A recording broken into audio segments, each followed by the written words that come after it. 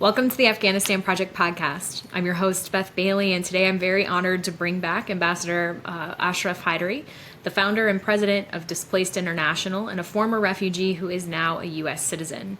Overcoming significant challenges, he has built a distinguished career as a humanitarian leader and diplomat with more than 20 years of experience in national and international organizations across multiple continents. His work reflects the values of democracy, rights, liberty, and equality, contributing to both his birth country and the United States. Drawing on his own experiences as a former refugee, he relentlessly advocates for displaced populations worldwide, particularly Afghan P1 and P2 resettlement applicants affected by the USRAP freeze, urging the Trump administration to grant them an exemption. Ashraf, it's a pleasure to have you back here. You know, we talked just a few months ago now about what we hoped for with the incoming Trump administration, and things have changed a lot since you were last here, so it's so great to have you back and to chat about this excellent group that you have started. Likewise, thank you so much, and I'm honored to be on your show again to discuss these very important issues. Yeah, I can't think of somebody who's more qualified to talk about what it means to be a refugee at a time when I think there's a lot of misunderstanding about what that means and how that status feels to a human. So I'd love for you to start about, you know, just the global challenge of forced displacement and migration, and if that was what led you to create DI and how that process has evolved.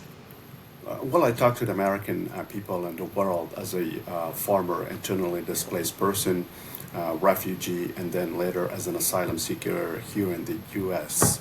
And unfortunately, this forced displacement or migration is now a growing global challenge. There are now some 123 million people on the move, with 70 million internally and the rest close to 40 million across the world, which also includes Afghanistan, one of the 10 top emergencies now, with the probably largest refugee population, and as well as internally displaced combined, some 11 million Afghans on the move, unfortunately, forcibly displaced by conditions of war, climate disasters, extreme poverty, joblessness among youth, and as well as, of course, a lack of sustainable development services and facilities and opportunities that drive these people across international borders in search of a safety today and a secure future. I should highlight right at the beginning that no refugee or immigrant by any means is a threat. There are ordinary people just like all of us living here in the United States, and suddenly, unfortunately, either a man-made disaster or a national disaster, in most cases both at the same time, hit, and of course ordinary people, the only resort that they have, especially in conditions of fragility and poverty and instability, have to leave to survive and possibly thrive outside. And that's what people do, and that's what Americans would do. God forbid if something happens here in the United States, probably Americans would either choose to migrate to Canada or to Mexico if the conditions in those countries were more secure and better than those here in the United States. So we should look at refugees and immigrants, which we can discuss different categories of, but ultimately they're driven out of their homelands by those conditions, which is normal, and that's why it's such a global challenge spanning from Asia, the Middle East, much of Africa, unfortunately, and as well as here in Americas. That's a huge number of people that you just mentioned. I mean, 123 million people on the move. What are the reasons behind this, and what are ways to stop the, either to assist refugees who obviously need a government type apparatus to come in and help them, to address the causes that have forced them to flee? I mean, this is a very interconnected and diverse, group of issues that you're going to have to respond to. So what are some of those things and how can you respond to them? I would say the root cause is really conflict. I think every refugee, every internally displaced, every asylum seeker is ultimately a victim of these ongoing protracted conflicts of geopolitics. And these conflicts can and should be resolved as a root cause of forced displacement and migration. So we're fortunate in this regard because President Trump is firmly committed to conflict resolution, and as he highlighted in his inaugural address that he wants to leave behind a legacy of a peacemaker. He wants to remembered as an American and global leader who was making peace across the world, which essentially means resolving these long-standing, forgotten conflicts that forcibly displace people worldwide. And we hope, I as a former refugee and displaced, and as well as members of my team, both in the board and as well as Global Advisory Council, which also includes leaders committed to addressing this cause through conflict resolution and peace building, and as well as those in our Displaced Fellows program. We have now over 20 fellows coming from different parts of the world, Asia, Europe, and Africa, including a stateless individual. So we all hope and we count on the legacy which President Trump discussed and wants to leave behind if he engages constructively, tangibly with other major stakeholders, including those that the United States has traditionally either competed with or opposed, meaning China, Russia, and others, then we should be able to see a significant and dramatic reduction in forced displacement across the world. So tell me how DI is going to come in and create these opportunities in here for refugees outside of, the Fellows program. Are you advocating for peace with leaders? Are you doing, what kinds of other initiatives are going on with DI right now based on your own obviously incredible knowledge of what it means to be in that situation? Absolutely. Well, at DI, like I said, we leverage our lived experiences. We don't talk from books or theories or even, secondary experience. We speak from our own lived experiences through forced migration and displacement, including going through these very long and arduous resettlement application process in cases where we have been identified or determined to be a convention refugee under the 1951 Geneva Convention related to the status of refugees. And through 4 intertwined and interconnected programs, including advocacy, self-reliance or integration, which is essentially resettlement, emergency assistance, which we intend to provide once we have raised the resources, to the most vulnerable displaced populations, including widows and orphans who are leading families and their households, and as well as finally a complementary pathways which include services such as family unification through private sponsorship, as well as labor mobility, and also providing a scholarship for refugee students or displaced students that we hope to partner with major American universities willing to provide a full scholarship for a refugee student whom we would identify as far as qualifications are concerned, and then would work with both sides to enable the student to apply for the visa once admission has been granted, to make their journey to the United States exactly like I did. I was an IDP, and then I made a trip to Pakistan, and I was there for quite some time as a refugee, and then I applied for my U.S. visa. It took months before the visa came through because I was essentially denied a visa. And then friends with whom I had worked at the United Nations and Afghanistan stepped forward and provided the letters and the support and the advocacy, which enabled me to get my visa and then made my journey of displacement to the United States as a student, first at Wabash College. It's a liberal arts college in the state of Indiana, where I studied for 3 years, and thanks to the scholarship, which enabled me to go abroad and study in Geneva, Switzerland for a year. And then I came back, of course, worked for a while, and then I moved on to get another scholarship at Georgetown University. So as you see, me just being an IDP and then later refugee, no prospect of being where I am today.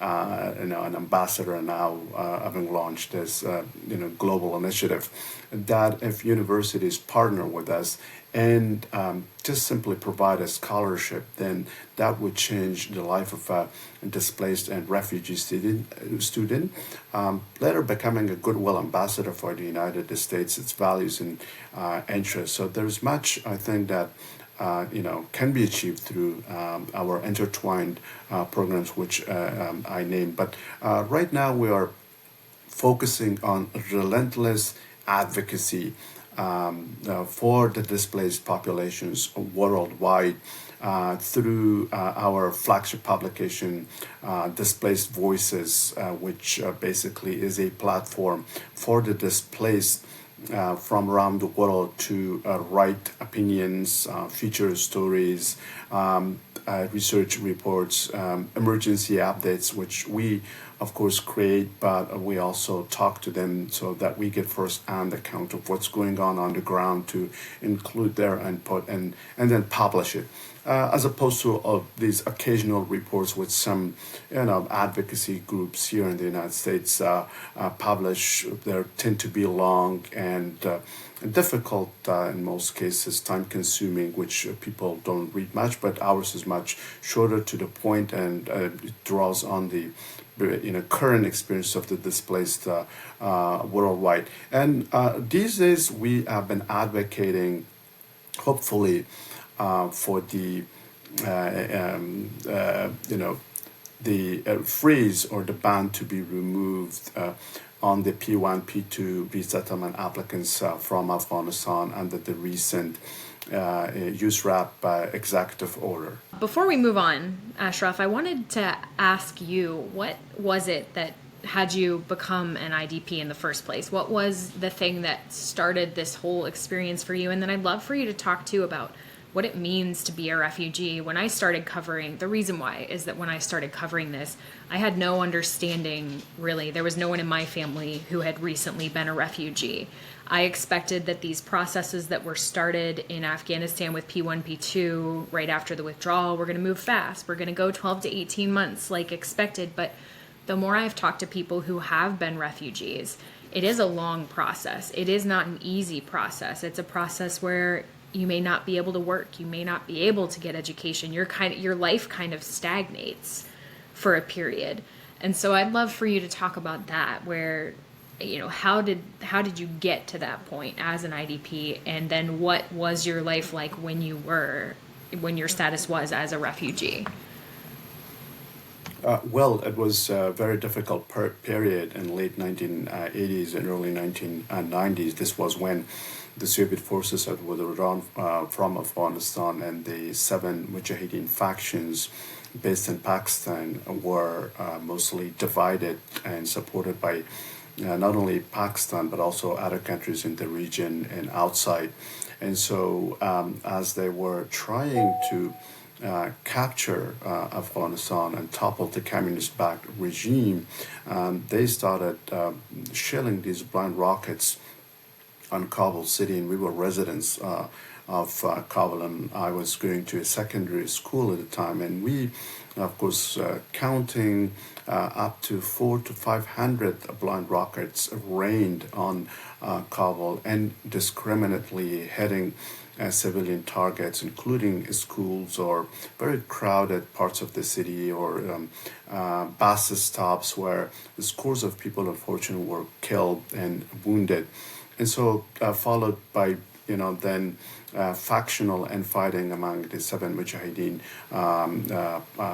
factions, which took over Kabul after the communist regime failed, and unfortunately escalated to the extent that there was street to street fighting, where one faction was basically hiding and ambushing the other, while the other one was doing, the same against still another faction. Unfortunately, basically, with the civilians, and including, of course, women, children, youth, all caught in the crossfire. And then my father decided to move on.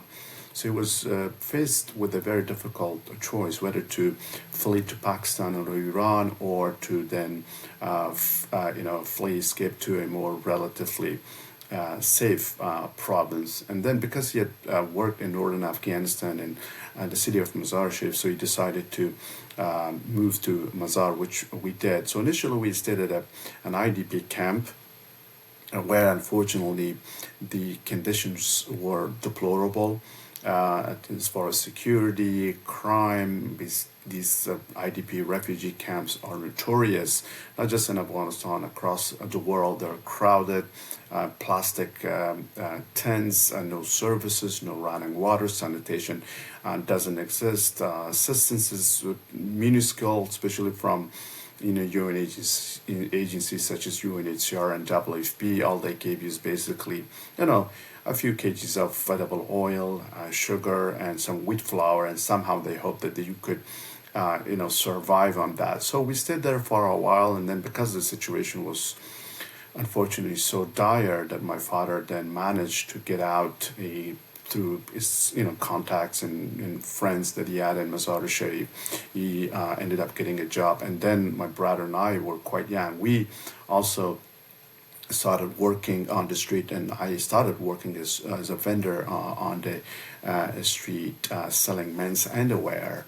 I remember, from 10 pieces, and then, as my basically micro enterprise took off, I sold up to 400-500 pieces a day, and made a good amount of money, which I would give to my dad to support our family. And that's how we slowly thrived, and then access services, or purchase them on the market, including taking private courses, because the schools either were closed or the teachers wouldn't show up. Quality of education completely evaporated. And I myself actually not only worked on the street, but I also self-taught many of these subjects, hard sciences, but especially my focus was on English. And I remember that I memorized this 10,000 word Oxford dictionary, which was completely, outdated, so to speak. I don't know how I managed to get that, but the 10, 15 first pages were gone, because there were no textbooks, and we used to be taught Russian just a few years before the Soviets left, and so English was rarely taught in the schools, and so I chose to find whatever I could manage as far as textbooks and dictionaries, and I started from. And those, my hope was to, on the one hand, work, on the other hand, to get a job with the UN, to get a salary to support my family, and still use that job at the UN as a way to get out of Afghanistan, and which I did. So that's a long story. That's amazing. There aren't a lot of people who come on here and take us back to the post-Soviet period, and it's an important reminder, as I'm listening, to just how much conflict Afghanistan has had to face, and many countries like Afghanistan. It's been just decades. Right. Conflict after conflict, where you can't ever get your feet on the ground and get stability. And the other thing, as I was listening to you, is just how much of what you described remains to be true today. With, how many Afghans that I talk to who are in Pakistan can't get UNHCR to register them as refugees, or how many Afghans have I heard from whose WFP flour was full of some kind of creatures, that they're getting this aid from the World Food Program, but it's no good. They can't use it. It's not I haven't good. heard Nothing that. has changed, unfortunately, Yeah. over the past 3 years. This humanitarian situation has only deepened. We have now multiple crises in Afghanistan, a crisis of, lack of legitimate government, a crisis of economic collapse, a crisis of growing humanitarian crisis, a crisis of climate. All have converged, and a crisis also of gender apartheid. It's only in Afghanistan.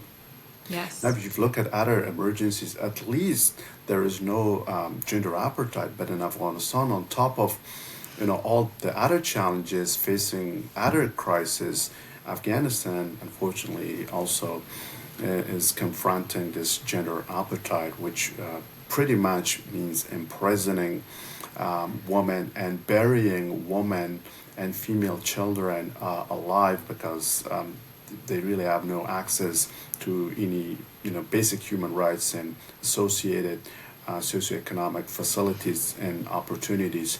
In essence, it's a nation unfortunately dying.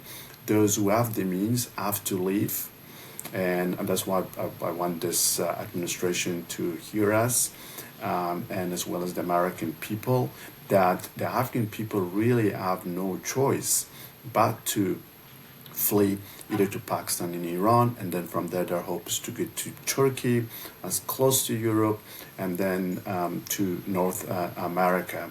So that's we're talking about millions, and that's why our hope, and we call on President Trump to really do good on the legacy he wants to leave and to help resolve Afghanistan's protracted conflict by basically restarting the intra-Afghan dialogue for peace to negotiate a sustainable political settlement, one that would form a legitimate, inclusive government to address the root cause of the challenges facing Afghanistan, including forced displacement.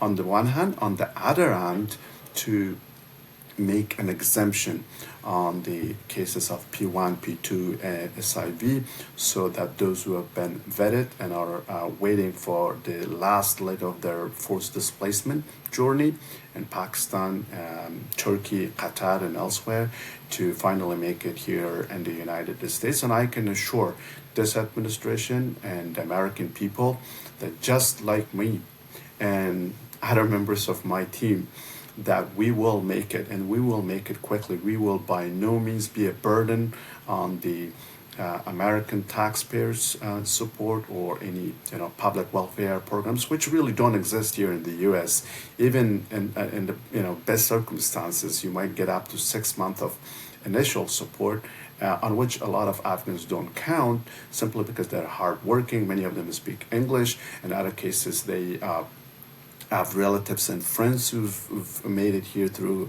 early waves that they have made it here.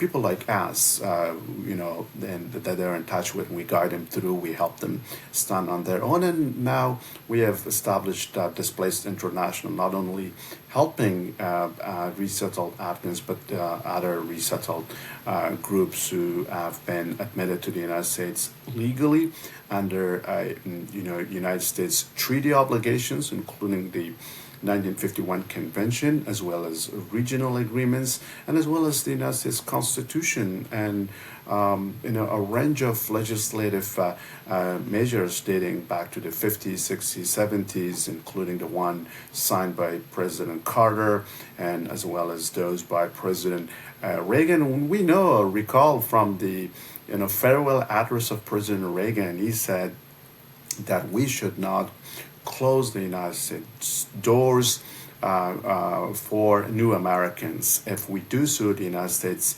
would suffer, simply because United States is a nation of early immigrants and recent ones. Now, Beth, if I ask you where your ancestors emigrated, you would either tell me from Scotland or from France or Germany.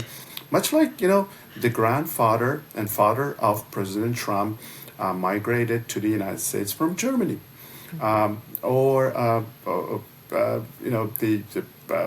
parents of President Obama, for example, emigrated here from Kenya. And the parents of the Secretary of State, Mike Rubio, emigrated here from Cuba.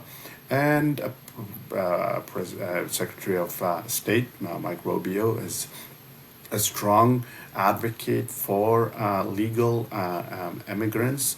He is on record supporting the admission of P1, P2 SIV allies from Afghanistan. He has co-sponsored legislation on this, measures on this when he was a senator, and as well as also written letters, and he's been quoted in interviews. So all of these things that we now want and call on this administration to act on and make an exception so that those who've been vetted and are waiting for now 3 to 4 years in most situations, they've run out of their savings, they're in a really miserable financial situation in Pakistan, to finally make it so that they're no longer in a kind of limbo and complete uncertainty, which has really affected their mental health. And I can tell you that every Afghan is already traumatized by decades of these ongoing conflicts. Unfortunately, before 2021, we recall there was, suicide attacks almost every day, which has affected every Afghan. Now then, ending up, unfortunately, in Pakistan, and there in Pakistan being threatened to be deported. Now, the government of Pakistan just issued a directive threatening to deport Afghans, including these SIVs and P1, P2, by March 31st, and it's approaching quite fast. So now imagine yourself to have spent 3 years in Pakistan, going through many interviews, security background checks, and you have just finally been cleared to get on a flight to come, and then get yet again screened here at the airport on arrival, but now to be just banned and put in a limbo, which is not fair, which is not American by any means. It's nothing that really, represents the rich American heritage as a country, a nation of early and recent immigrants. Absolutely. I'd love to ask you something. There's so much disinformation going around right now about well, first of all, I've had people comment on the podcast saying everyone who helped the U.S. is already in the U.S., right? All the Afghans who helped. And I've had, I think it was Sean Van Diver and Kate Kafarovic who said, no, that's obviously not true. We have hundreds of thousands of people in P1 and P2 processing, P3, P4 processing, SIV. But something that someone said recently, I think you can speak to and DI can speak to directly, that Afghans are just going through an economic migration, that they're just looking for better economic prospects, and that's why they're trying to get here. Tell me about the P1 and P2, the P1 through 4 population, and whether that categorizes why they are seeking to not be in Afghanistan right now. There's a complete misconception. I'm in touch with people. People are not fleeing, economic collapse, which is true, but that again is a direct result of ongoing war and violence and rule by or control of Afghanistan by the Taliban, is a sanctioned terrorist group. And as well as is a terrorist group that is sheltering 20 other terrorist networks in Afghanistan, threatening regional stability, international peace and security, and as well as here U.S. Homeland Security. So people are not fleeing because of lack of jobs, because there are lack of jobs here in the United States, there are lack of jobs in Europe and across much of Asia. Not everyone is on the move. Those who are on the move are those fleeing, risks and threats to their lives. SIV, P1, P2 are people who work either directly or indirectly for programs, projects, operations, civilian and military conducted carried out by the United States and its NATO allies in Afghanistan between 2001 and 2021. These people can be identified. We're not saying that it can happen immediately, but randomly, any minute, any time. That's what the Taliban, have been doing systematically. I think those who are saying that it's economic, they can easily Google and look at the past 6 months of news stories about how the Taliban have been systematically silenced, enforced disappearances of the former Afghan government employees, especially those who worked with, the NATO, ISAF, and various American military intelligence civilian entities.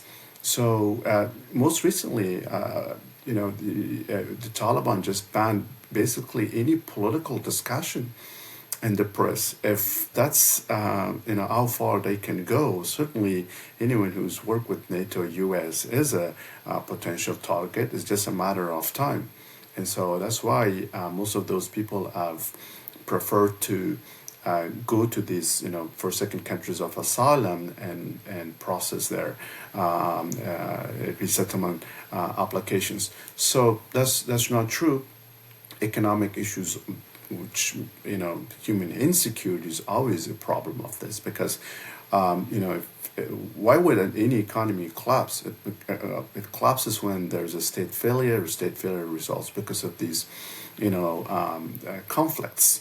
Which is the case in Afghanistan, unfortunately. The Biden administration stayed the course with a minimum military engagement, with continued support for the Afghan government. I think we would not have had this situation. And he did so against the advice of some of his principal security foreign policy advisors, and as well as a large number of U.S. Ambassadors and generals who served in Afghanistan, and many of them, appealed to the administration not to take such a decision. Many of them wrote op-eds calling on the Biden administration in the last weeks of making such a decision to make a course correction. They appealed, I think, former U.S. ambassadors who served in Afghanistan, calling on President Biden not to do what he did, but he did, disregarding completely all these threats and that he unfortunately brought about. And President Trump says that although he initiated a Doha agreement, unfortunately it was a fiasco, which brought the Taliban into power, but he says that he would not have actually carried it out, that he would not have, given up on the bases, that he would have probably left behind a residual force and continued probably support to the Afghan government in a reformed way to maintain the status quo against terrorists and extremists, which were were subsequently allowed by that Biden administration to take over Afghanistan, and brought about this, increased force displacement, including these P1, P2, SIB, and other Afghans now that are threatened and need to be resettled. Absolutely, the number of places where this could have gone better is huge. And now it's reining it in, right? The Trump administration has put on this pause. And I know that you're hoping for an exemption for P1 and P2 applicants, but what else can Trump do? I mean, I know you mentioned Pakistan and the deportations that may happen there, which would, if they started happening in March, that's almost a month before the 90-day suspension ends for finding out what happens with USRAP next. So what should the administration be doing now in response to all of this unsettled business that's ongoing? Well, two things. I think on the short run, the administration should definitely make an exemption as soon as possible, especially for those cases that have been vetted, that have been cleared, and they're just ready to get on a plane and to make it here in the United States as promised and committed by the former, administration, and now a situation that everyone advocates for, especially veterans of the war, which this administration must honor, and those veterans include Secretary of Defense and as well as National Security Advisor Colonel Michael Watts, both of whom deployed to Afghanistan and know the situation, and as well as they saw firsthand how people were internally displaced and how they were already leaving even before the fall. And second is to really persuade the Pakistani government and bring to their attention that it was Pakistan which unfortunately sponsored extremism and terrorism in Afghanistan through their proxy, the Taliban, that it is actually Pakistan that has brought about this situation in Afghanistan both before 2021 and now.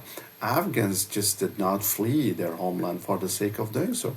Afghans fled a war which was imposed on them by Pakistan through the Taliban.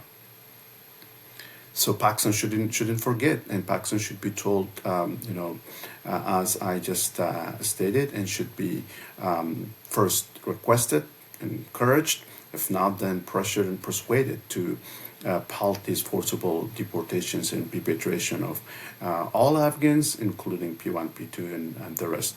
And third and last, as I pointed out, help address the root cause.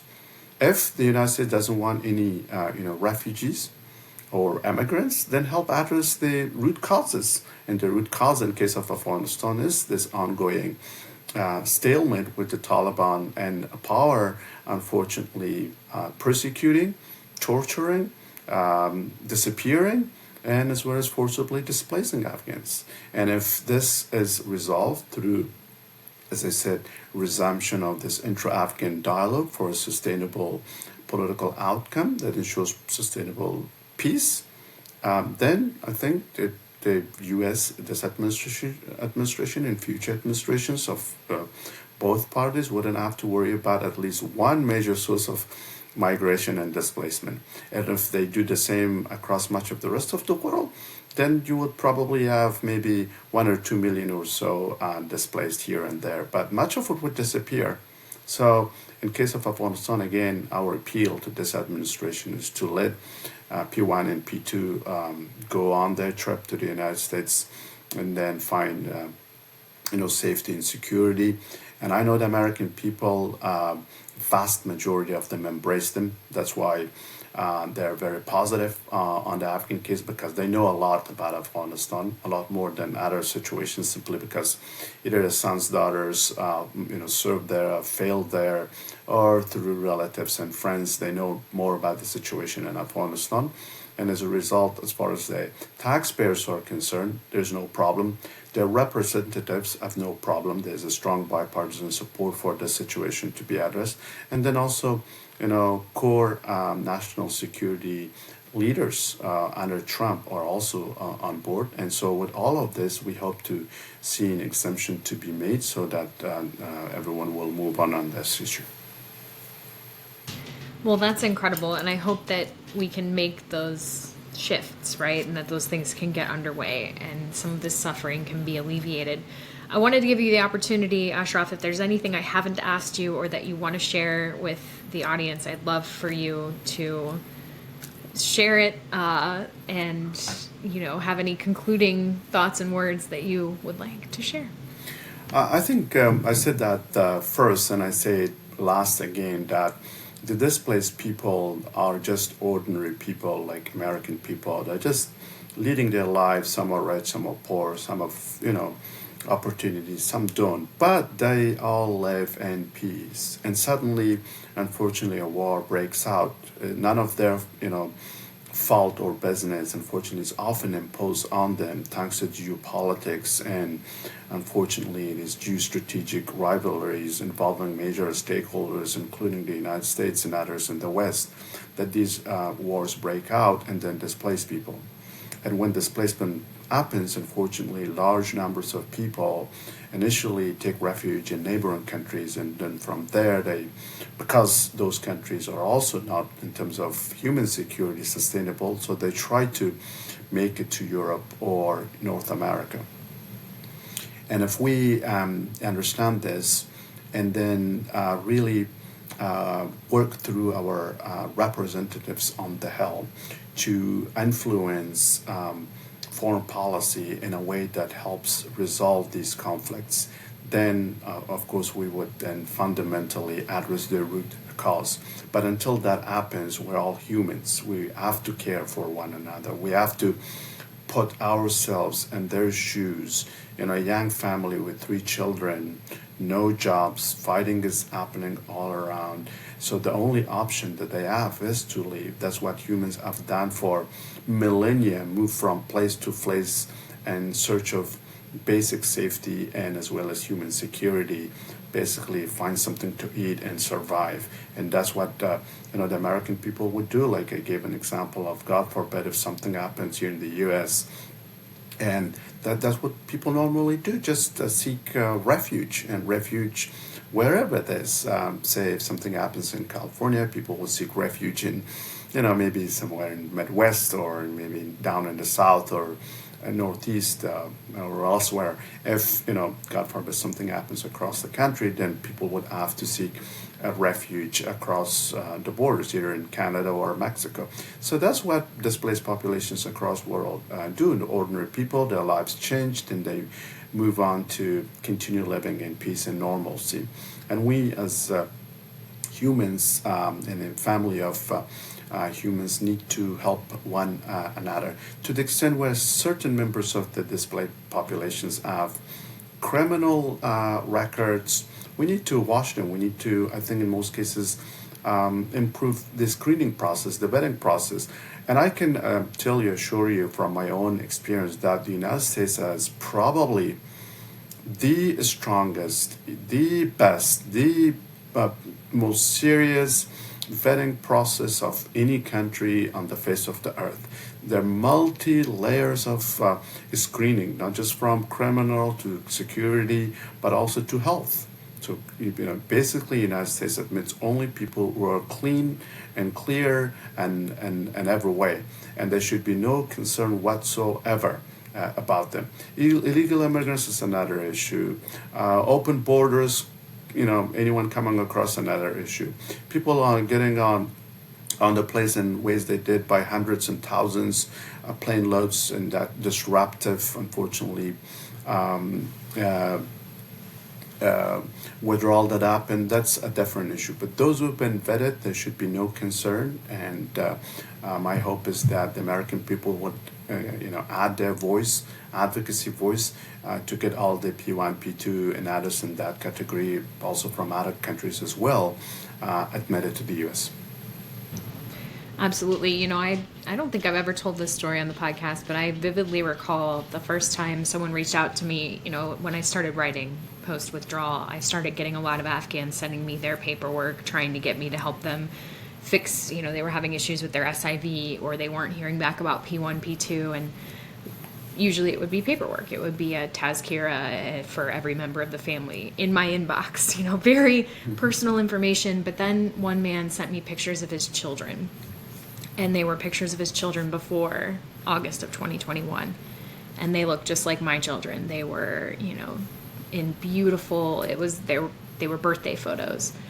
And his son had just turned 2 and was wearing a beautiful suit with a bow tie. His daughter was wearing just the most gorgeous princess dress with a tiara, and it looked like my children, and they were so happy. Many of them are children. Many of these refugees coming to the United States are, they're first of all very young families. Even the parents are not, beyond 30, which means a plus for the U.S. The United States is already aging. I think, just purely pragmatically speaking, from an economic standpoint, United States needs this young, energetic, resilient human resource. And their children, simply they go to school, and in 6 months they are fluent in English. They immediately assimilate and integrate, much like early Americans, and then get jobs and make a contribution. And they're also contributing to their own countries through remittances. For example, I'm sending support to at least several families, and as well as also guiding and helping others. And we're not relying on by any means on anyone's taxpayers' assistance. We're actually paying more in taxes, and the studies done on the fact that immigrants pay over a 20-year period more in taxes to the United States government than normal citizens. Sure. Well, this family was Hazara, and when he sent me those pictures, those were from before. He sent me the pictures of them at the time, and they were living in a green plastic tent outside of Kabul.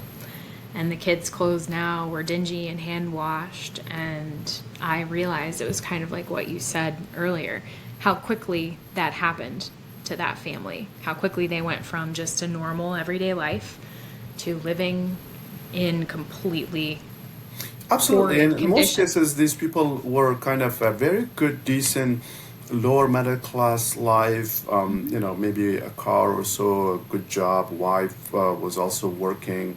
2, 3, 4 children, then extended members of family, and those basic safety nets and human security, and that absolutely didn't need to make it to the U.S. And I can also give you examples of where some of these people had actually gone to school here in the U.S. And others came on short visits, week long, 2 weeks, and that really perfect opportunities to simply just not go, stay in the U.S. and apply for asylum, but they did not do that. Most of these people have come to the U.S. multiple times for different purposes, but they have all gone back because they had a country, they had a job, they had a family and extended, relatives, and they had no reason to, leave their roots and to just seek asylum in the U.S. Today, they are seeking asylum, they're seeking refuge through P1, P2, and other, processes because there's no choice for them remain in Afghanistan. They have to. And neighborhoods is not, an option because of their own conditions and also because they're forcibly deported. Look at Iran. Daily, I just read in the news that 200 Afghans again have been rounded up on the streets and, indiscriminately, regardless of their condition, put on the tracks and deported. And Pakistan is doing the same thing. And when they're deported across the border into Afghanistan, there's absolutely zero awaiting them except threats. Right. Turkey is doing the same thing. There's so Absolutely. many threats to Afghans Yes. right now, and I think it's important for anybody who doesn't think that they need to care. Just remember how quickly it happened, and that, like you said, this could happen to anyone. 21. And yeah, absolutely. All of So those people, things that you rely on. there's this famous saying from this Greek philosopher who said it some 1500 years ago that there is no greater sorrow on earth than the loss of one's native land. And it's true. I think anyone who's been through it, they have felt that sorrow, that sadness, that tragedy, that loss. And then unless you've been through it, and you can observe it, you can read about it, you can be really dedicated, and I appreciate that, all these advocacy groups here in Washington, everyone talking about it, supporting, but it's different unless you've been in a war situation, unless you've suffered, you've lost family, you've lost limbs and lives around you in your neighborhood, and then you really have to leave. If you don't, then you don't make it. And so it's a very sorrowful experience that I want the American people to imagine and know that these people, once they're here, they're resilient, they're enterprising. Many of them are educated, skilled, they're young. They actually, like I said, over 20 period. Now I just recall the figure is somewhere between 120 to 150 billion dollars in taxes. And other ways that they economically contribute to this country, which really offsets any amount of money that the U.S. government spends on admitting and then helping them resettle. Basically, on a 20 or 10-year period, the immigrants, who've been resettled actually probably make a kind of fold contribution back to the U.S. Economy. That's incredible. Well, I so appreciate you being here to share your expertise and your story, and I wish DI all the luck in all of these efforts that you've mentioned, and particularly in helping the groups that I know are out there right now asking for exemptions and for President Trump to intercede with Pakistan. So thank you so much, Ashraf. You're most welcome, and I encourage your viewers to make a stop, visit our website, that's displacedinternational.org, to basically learn about everything that you and I discussed, the root causes, the solutions, our 4 programs, and also if they're interested to support us, make a small donation, which we will use, I could say 100% to help the displaced, including P1, P2, and others. I will include that in the show notes for anybody who didn't write that down. So thank you so much again, Ashraf, and thank you to everyone who listened today. Please make sure you're subscribed to the YouTube page and that you've enabled notifications. And until next time, Tashakor, and hope to see you again soon. Tashakor, thank you so much.